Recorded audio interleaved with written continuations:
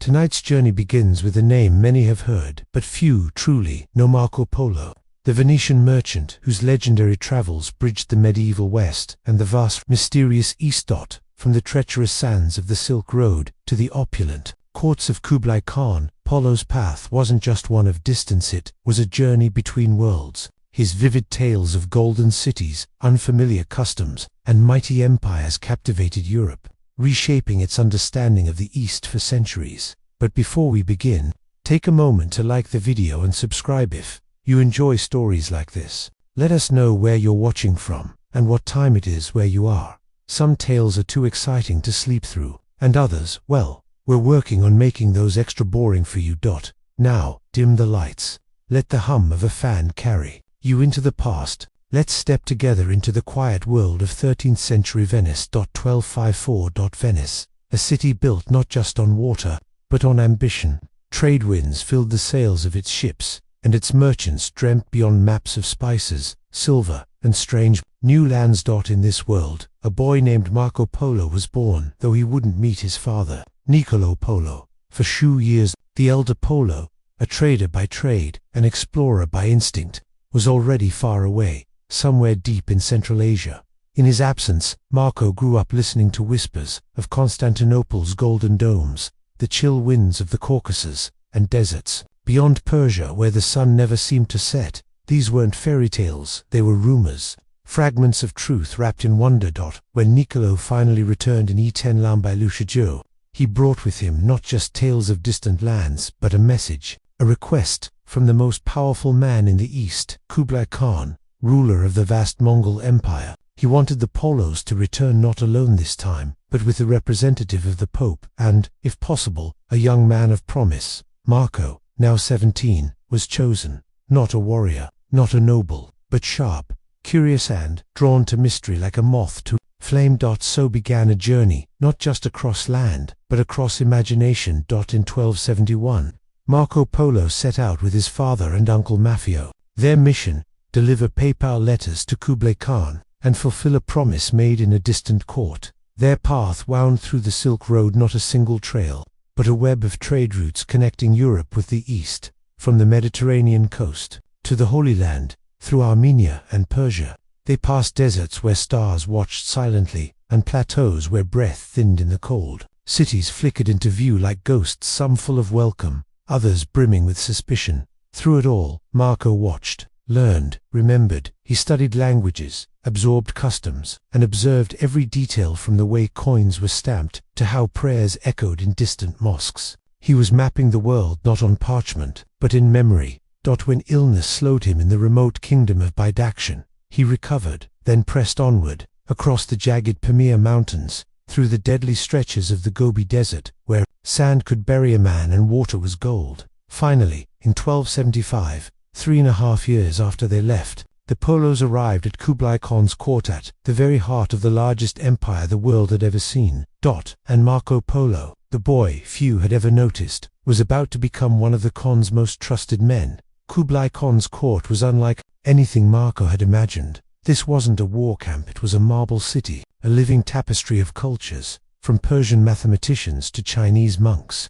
And at its center, the Khan himself, grandson of Genghis and ruler of half the known world. Kublai saw something in Marco: a sharp eye, a calm voice, a mind that didn't just look but understood. Soon, Marco became an emissary of the empire. He was sent across distant provinces to report on crops, roads, and rumors. From the jungles of Burma to the highlands of Tibet, Marco saw a world unknown to Europe. Cities that sparkled with lanterns, paper money backed by emperors, coal-heating homes, courier systems faster than any in the West. He didn't just witness these marvels, he lived them, and he remembered everything. Marco's years in the East weren't spent in one place. He traveled, constantly sent to investigate revolts, inspect taxes, or simply observe.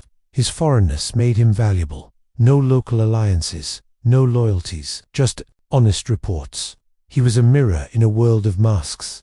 In Yunnan, he saw pink lakes glistening with salt. In mountain temples, he watched monks chant beside veiled dancers. In bustling markets, he held coins with strange symbols and smelled spices unknown to the West. He witnessed fireworks used not for joy, but for war, bridges that floated above rivers, sanitation systems that outpaced those of Europe. And yet he also saw cruelty, harsh taxes, public punishments, villages uprooted in the name of progress. The Mongol Empire was breathtaking in both its beauty and its burdens. As time passed, Marco was no longer a visitor. He became part of the machinery of empire, a man the Khan trusted with secrets and silence. With every assignment, he grew his knowledge, his language, his insight. He remembered how birds were trained to fish in river villages, how gold-leaf scrolls preserved sacred texts, how fires, on mountaintops, sent messages hundreds of miles in hours. He watched the Khan receive ambassadors from India, Africa, and Persia bringing jewels, ivory, even lions. The court wasn't just a seat of power, it was a crossroads of the world. Through it all, Marco remained what he always was, a storyteller. But even the grandest stories return home by now. Marco was in his 30s, a man shaped by the East, yet still holding a spark of the West in his heart. Venice, the canals, the clink of coins, the whisper of sails called to him, and slowly, he began to wonder, had he stayed too long? Had he changed too much? After 17 years in the Mongol Empire, the time would come to return. But that part is a story for another night. Let the hum of history settle. Let your mind wander through silk roads, moonlit deserts, and lantern-lit cities. Sleep well, traveler. Tomorrow brings more stories. After years spent crossing empires, speaking forgotten dialects, and carrying the secrets of an unfamiliar world, Marco Polo still held Venice in his heart, a quiet, distant memory. By the early 1290s, the moment to return finally arrived. Kublai Khan, once the fierce and vibrant ruler of a vast empire, was growing old. Whispers of division stirred among his heirs. The Mongol court, once a place of unity, began to tremble under the weight of change. The Khan, reluctant to lose one of his most trusted envoys, delayed the Polo's departure again and again. But fate eventually opened a path. A Mongol princess was to be married to a Persian prince, a political alliance requiring the highest discretion and loyalty. The overland route was too dangerous, so Kublai Khan allowed the Polos to accompany her by sea. It was a rare chance, and a perilous one. Marco was now a man in his late 30s. He had spent more than half his life in Asia. What he was leaving behind wasn't just geography, it was identity. He left friends, languages, and a rhythm of life that had shaped him. The sea voyage was brutal, their fleet filled with Persian nobles, Mongol guards, and royal servants traveled along the coast of China and then into the open waters of the Indian Ocean. Storms battered the ships, disease crept through the cramped quarters. By the time they reached Persia, hundreds were dead, including the Persian groom for whom the princess had risked the journey. Still, the Polos survived. From Persia, they once again journeyed overland, through Armenia, across Anatolia, until, finally, they stood once more at the edge of the Mediterranean. More than 20 years had passed. Venice had changed. It was now at war with Genoa. The streets, Marco remembered, were filled with unfamiliar faces and quiet suspicion. They arrived home not as heroes, but as strangers. Their clothes were foreign, their speech was strange, and their stories too wild to believe. But Marco had one mission left, to tell his story. Marco Polo returned home, but peace, once again, did not last. In 1298, Venice called him to serve in its ongoing war with Genoa. After surviving deserts, dynasties, and courtly intrigue, Marco found himself on a ship near Anatolian, now part of a battle at sea. He was captured and imprisoned in a Genoese cell, cold, dim, and damp, and yet, it was within those stone walls that his most important journey began. There, Marco met Rustichello da Pisa, a writer known for romantic tales and chivalric legends. With nothing else to do, Marco began to speak, and Rustichello wrote it all down. The Silk Road, the courts of Kublai Khan, cities of gold, armies of thousands, paper money, coal, fireworks, rhinos, mistaken for unicorns. It was more than a travel story. It was a new map of the world. The book, eventually titled Il Milione, or The Travels of Marco Polo, spread across Europe. Though literacy was rare, the tales were read aloud in taverns and courts, whispered by sailors and scribes. Some believed it was truth, others thought it fantasy. Many doubted it entirely, but Marco, even near death, stood by his words. I did not tell half of what I saw. The book was many things: a manual for merchants, a mirror of wonders, a spark for dreamers. It offered a world far bigger than anyone had imagined. After being released from prison, Marco returned again to Venice. This time, something had shifted. He was no longer doubted by all. His stories were stirring minds. Monks, merchants, and monarchs now spoke of Cathay, of palaces, and of spices. For many in Europe, Marco's voice painted the first clear image of the Easter world, of rituals, roads, and reason far different from the myths. The book described grand cities like Joe and Combalik, paper currency backed by imperial decree, and a communication network that far outpaced anything in Europe. He didn't return to wealth or power. He resumed life as a merchant, quiet and composed, living out his final days in the city where it had all begun. But his story had already begun to ripple far beyond him. One day, a young Genoese sailor would carry a copy of the Travels It, pages filled with handwritten notes and dreams of discovery. That sailor's name, Christopher Columbus. He believed Marco's descriptions and sought to reach the east by heading west. Marco hadn't conquered. He hadn't founded empires, but he had described, he had imagined, and in doing so, he had inspired. His stories gave Europe a reason to look beyond its borders. Marco Polo passed away in 1324, at the age of 69, not in some distant palace, but in Venice. In his will, he left behind silks, jade, and rare artifacts. He also freed a Totter servant who had traveled with him for years. One final connection to the East that had shaped his life. Even in death, many doubted him.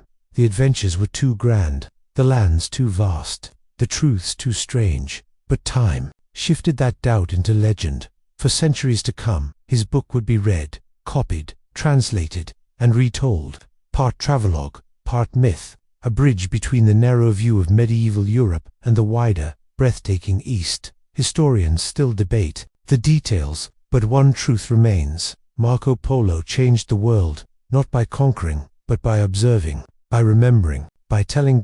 And in that telling, he showed us all, the world is larger than we ever believed, and wonder lies just beyond the horizon. Perfume has always been more than scent. It is presence, memory, belief. But like all things, it changed with time, shaped by history's rise and fall, by hands that carried it east and west. In ancient Rome, perfume reached decadent heights. Artisans were prized for their skills, and Roman baths often included entire rooms dedicated to fragrance. The air of villas and public spaces carried notes of cinnamon, rose, and exotic resins. But beneath the luxury, a quiet unease stirred. Moralists like Seneca and Pliny the Elder warned that perfume was a temptation too worldly, too indulgent. They feared it softened the soul and distracted from virtue. As Christianity took root, that suspicion deepened. Scent, once seen as sacred, became associated with vanity. And so, as Rome declined, so too did perfume in the West. The baths fell silent, the amphorae ran dry, and the rituals of fragrance slowly faded, like smoke into forgotten corners of time. Yet the story was far from over. Far to the east, a new chapter was beginning. The Islamic world, rising in the 7th century, brought with it a deep reverence for cleanliness, beauty, and fragrance. The Prophet Muhammad himself spoke lovingly of scent, saying it was one of the things made dear to him in this life. He encouraged its use before prayer, during worship, and in everyday acts of presence. In this world, perfume was not vanity, was devotion. Cities like Baghdad, Damascus, and Cairo became centers of aromatic innovation.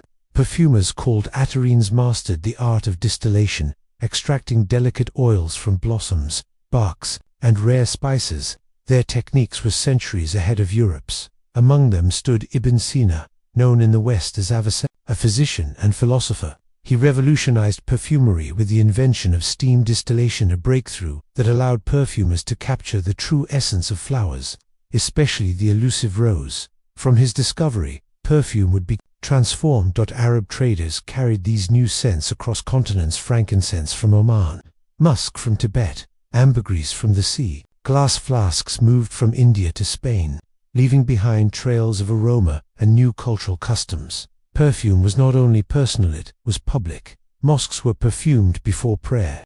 Guests were welcomed with scented hands and burning baca wood chips, releasing slow, sacred smoke. Even the pages of the Quran were gently scented, a symbol of reverence. While Europe saw scent as indulgence, the Islamic world elevated it into ritual, science, and grace. And as crusaders and traders reopened the channels between East and West, these ancient techniques quietly returned to a Europe, ready at last to fall in love with fragrance once more. But it didn't return with luxury. It returned with fear. In medieval Europe, plague swept the land. The air was thought to be poisoned miasma. They called it foul vapors, blamed for death itself. And so, perfume became armor. Doctors wore long-beaked masks, stuffed with cloves, lavender, and cinnamon, hoping to purify each breath. Nobles carried pomanders, small metal globes filled with herbs and resins. Even churches burned stronger, incense not just for holiness, but for health. Yet water, once sacred in Rome, was now feared. Bathing was thought to open the skin to sickness, and so, without washing, perfume became the masks the only way to feel clean. Clothing was fumigated with rosemary. Gloves were soaked in orange blossom. Skin was layered in heavy oils and musk. It was a strange time, a world that feared indulgence, but clung to scent for comfort, survival, and distraction. Still, knowledge was returning. Through contact with the Islamic world, Europe began to remember. Monks recorded recipes in monasteries. Alchemists in Spain and Italy experimented with herbs and alcohol. One of the first alcohol-based perfumes was born in Hungary. In the 14th century, a blend of rosemary and wine, said to restore youth to a queen. Perfume was beginning to evolve, again lighter, fresher, more refined, but the true renaissance was still ahead. In southern France, a small town named Grasse began its quiet rise. Once known for leather tanning, Grasse transformed when Queen Catherine de' Medici brought her love of fragrance from Italy. Her perfumer began scenting gloves to mask the stench of tanned hides. The trend took hold, and the region's sunlit hills soon blossomed with jasmine, rose, lavender, and orange trees. The fields of Provence became the cradle of modern perfumery. By the time of King Louis XIV, perfume had become a national obsession. His palace at Versailles was a symphony of scent furniture, rubbed with aromatic wax, wigs powdered with violet and amber, fountains rumored to spray rosewater during royal celebrations. Behind the glamour, though, necessity lingered. People still rarely bathed. Scent masked the truth. Perfumers were artisans, their recipes kept secret. The language of fragrance top notes, heart notes, bass notes was born. Perfume was no longer just a mask. It was becoming an art. The 18th century brought enlightenment. Science advanced. Chemistry improved. Glass bottles became delicate. Perfume shops opened in Paris. Custom scents were created for the fashionable elite. Perfume was no longer only sacred or medicinal. It was identity, a silent language worn on the skin. Then came the 19th century, and everything changed. Industrialization swept through the world. Cities grew, societies shifted, and perfume became personal. New chemical discoveries made it possible to replicate natural aromas. Synthetic notes like vanillin and coumarin offered new creative freedom. Perfume could now be imagined composed like music. In 1889, a scent called Jicky arrived. Created by Guerlain, it was one of the first to blend natural and synthetic ingredients. It smelled not like flowers but like mystery. Modern perfumery had begun. Soon perfume was no longer about royalty or ritual. It was about emotion. Advertising promised fantasy. Bottles became sculptures. To wear perfume was to choose who you wanted to be. Then came Chanel No. 5, created in 1921 by Ernest Bowes for Coco Chanel. It broke the rules. It didn't smell like a garden, it smelled clean, bold, abstract. Chanel said she wanted a perfume that smelled like a woman, not a rose. And the world listened. Perfume had traveled far from temple incense to bottled freedom. The 20th century brought both glamour and war. During the world wars, perfume ingredients grew scarce. Trade routes closed, jasmine fields were abandoned, but scent endured. Soldiers carried perfumed letters from home. Lovers dabbed fragrance onto collars, handkerchiefs silent tokens of remembrance. Even in conflict, scent offered comfort. After the war, the world craved color again. The 1950s and 60s saw perfume burst into pop culture. It became accessible, mass-produced, sold alongside movie tickets and music. Celebrities wore it, endorsed it, lived in it. The 1980s brought bold power scents, worn like armor. But as the century neared its end, the public began to ask, what is in this bottle? Transparency and ethics rose in importance. Niche perfumers emerged. Small batch creators told stories through authentic, handcrafted, intentional. Perfume was no longer just product. It was memory, identity, intimacy. Today, in a world ruled by digital noise, perfume remains something rare, timeless, analog, and deeply human. You can't download it. You can't scroll past it. You must wear it, feel it, let it linger. Modern perfumers blend nature and science, nostalgia and innovation. Some scents mimic ancient forests. Others recreate parchment, starlight, even space. AI assists perfumers in discovering new combinations, but the goal remains the same: to evoke feeling, to connect. Sustainability is leading the way forward. Ethical sourcing, refillable bottles, transparent ingredients. The new luxury lies in the story behind the scent, not just a name on the bottle. But even now, after centuries, the reason we wear perfume hasn't changed. We wear it to remember, or to be remembered. A breath of lavender, a hint of tobacco, a note of orange peel.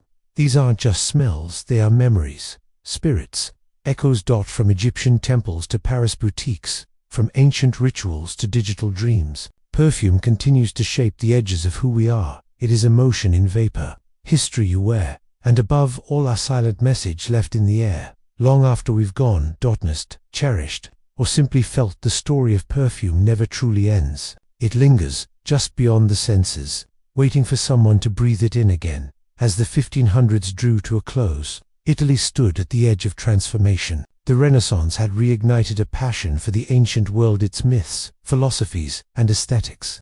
Painters captured divine stories in human form. Architects revived the geometry of Rome, and musicians, they searched for something even deeper. A question stirred their minds: what did ancient Greek drama sound like? This was more than academic curiosity. Renaissance thinkers believed that the plays of Sophocles and Euripides were not just spoken, they were sung. Music and language had once flowed together. They imagined a fusion that reached straight to the soul, and in rediscovering that fusion, perhaps something entirely new could be born. In Florence, a small circle of poets, composers, and scholars gathered around Count Giovanni de Bardi. They called themselves the Camerata. Their mission: to revive the emotional force of Greek tragedy, not through spectacle, but through sound. One of their most passionate voices was Vincenzo Galilei, father of the astronomer Galileo. He believed that music should mirror natural speech, its rhythm, its rise and fall, its nuance. This idea went against the dense counterpoint of the era's choral music. Instead, Galilei and the Camerata envisioned a new kind of expression: a single voice, singing clearly, emotion carried in melody, not complexity. Out of this vision, monody was born. A single vocal line, supported by simple instruments, told a story not just with words but with feeling. These early performances were modest private court gatherings, inspired by myth, but they were unlike anything heard before. This wasn't church music. It wasn't madrigals for noble banquets. It was something human, intimate. A new art form was beginning to breathe. Opera, though still unnamed, had taken its first breath. The Camerata did not aim to invent a new genre. They saw themselves as reviving a lost tradition. Yet, in their search for ancient sound, they laid the foundations of something timeless. Their monodies evolved. Melodies became more expressive. Stories were told, not just through lyrics but through tone and timing. Speech and song blended. The result was recitative, the beating heart of early opera. In 1597, Jacopo Peri premiered Daphne, often considered the first opera. Though only fragments survive, it marked a turning point. For the first time, music didn't just support a drama, it was the drama. In 1600, Peri followed with Eurydice, composed for a royal wedding. It survives in full and features key operatic elements, sung dialogue, arias, choruses, and instrumental interludes. Another key figure was Giulio Caccini. His Les Nuove Musiques introduced solo songs with lyrical ornamentation, edging monody toward the operatic aria, space for the voice to shine, linger, and soar. These early operas were chamber works, intimate, emotional, and deeply personal, but even in their modest scale, they revealed opera's power, music as a vessel for human feeling. Then came Claudio Monteverdi, born in Cremona in 1567, Monteverdi was a bridge between the Renaissance and the Baroque. Trained in complex madrigals, he knew harmony, counterpoint, and the expressive potential of voice. But he also had a gift for emotion. In 1607, Monteverdi premiered L'Orfeo in Mantua. It was a retelling of the Orpheus myth. Unlike earlier efforts, L'Orfeo was a fully realized dramatic experience, complete with a rich orchestra, prologue, choruses, and expressive arias. The music danced with joy, wept in sorrow, and twisted in defiance. It spoke. L'Orfeo was a triumph, proving that opera could be more than experiment. It could be theatre. Monteverdi's later works, including Linca and Asian Dipopia, explored politics, passion, and ambition. Opera was no longer theory. It was a living form. By the 1630s, opera stepped beyond palace walls. In Venice, the first public opera house opened in 1637, Teatro San Cassiano. For the first time, ordinary citizens could attend musical drama. Opera became entertainment for all. Venice, a city of masks and spectacle, embraced it. Soon, a dozen theaters competed for attention. Plots grew dramatic. Music grew more virtuosic. Scenery became lavish with ships, palaces, and divine figures appearing through trapdoors. Theaters added boxes for nobles and pits for the public. And opera gained stars, most notably the castrati. These male singers, altered in youth to preserve their high voices, became the superstars of opera. Their sound was unmatched, soaring, agile, and emotionally powerful. Though the practice was controversial, their voices shaped opera for centuries. Composers wrote to showcase their talents. The Da Capo aria became standard, giving singers a chance to embellish and improvise. Opera houses became temples of the voice. Audiences came for the singers as much as the stories. While Venice led in public opera, Rome and Naples shaped the art in their own ways. In Rome, the church imposed restrictions. Women were often banned from performing, so castrati took female roles. Theatricality remained, but with a sacred tone. Operas drew from allegory and scripture, blending moral depth with dramatic flair. In Naples, opera reached new emotional heights. The city nurtured technical brilliance and expressive fire, with support from conservatories and royal courts. Neapolitan opera emphasized clear structure, noble themes, and vocal beauty. Composers like Alessandro Scarlotti set the stage for generations. By the early 1700s, Italian opera had conquered Europe. In France, opera adapted to courtly taste. Under Louis Chèvre, tragedy lyric was born, a blend of music, dance, and grandeur. In Germany and England, Italian opera gained fans, particularly in London, where the castrato Farinelli became a legend. Opera had become an international art. Italian was its language. Emotion was its currency. The Sea Peoples remain an enigma. They may have been invaders, refugees, mercenaries, perhaps all three. Some settled, like the Philistines in Canaan. Others vanished. But their presence marked the turning point, the death knell of a once thriving world. Climate likely played a role. Pollen records and sediment cores tell of a massive drought around 1200 BCE. With it came famine. Crops failed, granaries emptied, trade faltered, people moved, and in their desperation, some fought.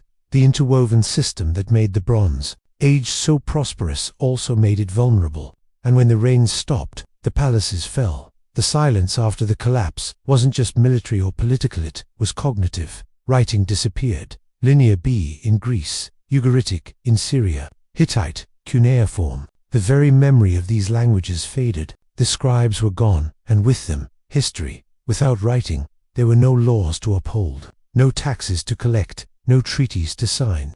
For generations, memory had to live in voices, in song, in poetry. Myth replaced record. And in this vacuum, stories like the Iliad and the Odyssey were born not as history, but as echoes. The Bronze Age ended not in a single battle, but in 1,000 slow descent. A world that once felt eternal crumbled into forgotten ruins. Yet from this silence, new voices would one day rise, telling stories, building cities, singing on stage. As long as we remember to listen. When writing fell silent, the cultural collapse of the Bronze Age. The collapse of the Bronze Age wasn't just political or economic, it was deeply cultural. When palaces crumbled, they didn't just take kings and armies with them. They took scribes, they took stories, they took memory itself. Without palaces, there were no archives, There were no archives without surplus, no inventories without kings, no one to command. The script, writing didn't just disappear, it was forgotten. For centuries, Greece fell silent. Linear B, once used by palace scribes to track everything from livestock to offerings, vanished.